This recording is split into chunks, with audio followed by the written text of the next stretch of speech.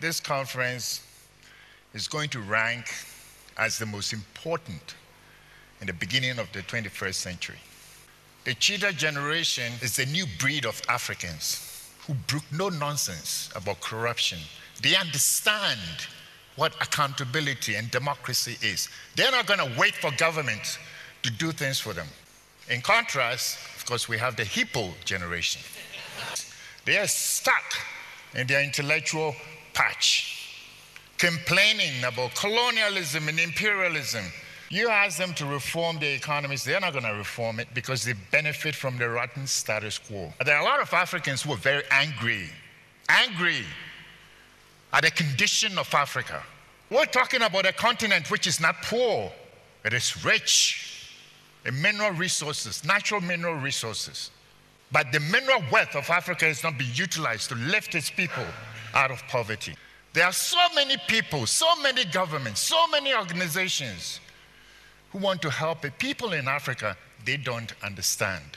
But helping Africa has been turned into a theater of the absurd.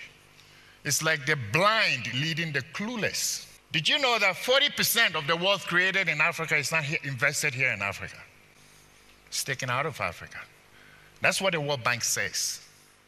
Look at Africa's begging bowl. It leaks. What are the leakages? Corruption alone costs Africa $148 billion a year. Capital flight out of Africa, $80 billion a year. Every year, Africa spends $20 billion to import food. Just add that up. All these leakages. That's far more than the $50 billion Tony Blair wants to raise for Africa. Now, back in the 1960s, Africa not only fed itself, it also exported food. We know that something has gone fundamentally wrong. You know it, I know it. Let's move on and flip over to the next chapter. And that's what this conference is all about. The next chapter. The next chapter begins with, first of all, asking ourselves this fundamental question.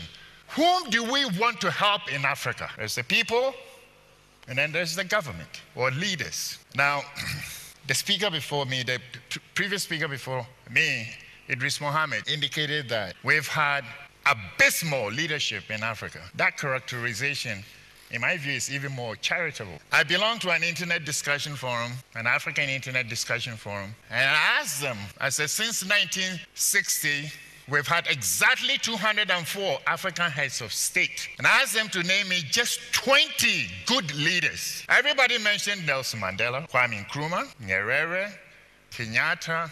They couldn't go beyond 15. The vast majority of the African leaders failed their people. The slate of the post-colonial leaders, an assortment of military, fufu heads, Swiss bank socialists, crocodile liberators, vampire elites, quack revolutionaries, that there is something called a government in Africa that cares about its people, serves the interests of the people, and represents the people. There is one particular quote. A Lesotho chief once says that here in Lesotho we got two problems: rats and the government. What you and I understand as a government doesn't exist in many African countries. What we call our governments are vampire states. They suck the economic vitality. Government is the problem in Africa. It's a government which has been hijacked by a phalanx of bandits and crooks who use the instruments of state power to enrich themselves, their cronies and tribesmen, and exclude everybody else. The richest people in Africa are heads of state and ministers.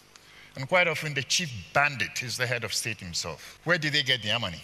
By creating wealth? No, by raking it off the backs of their suffering people.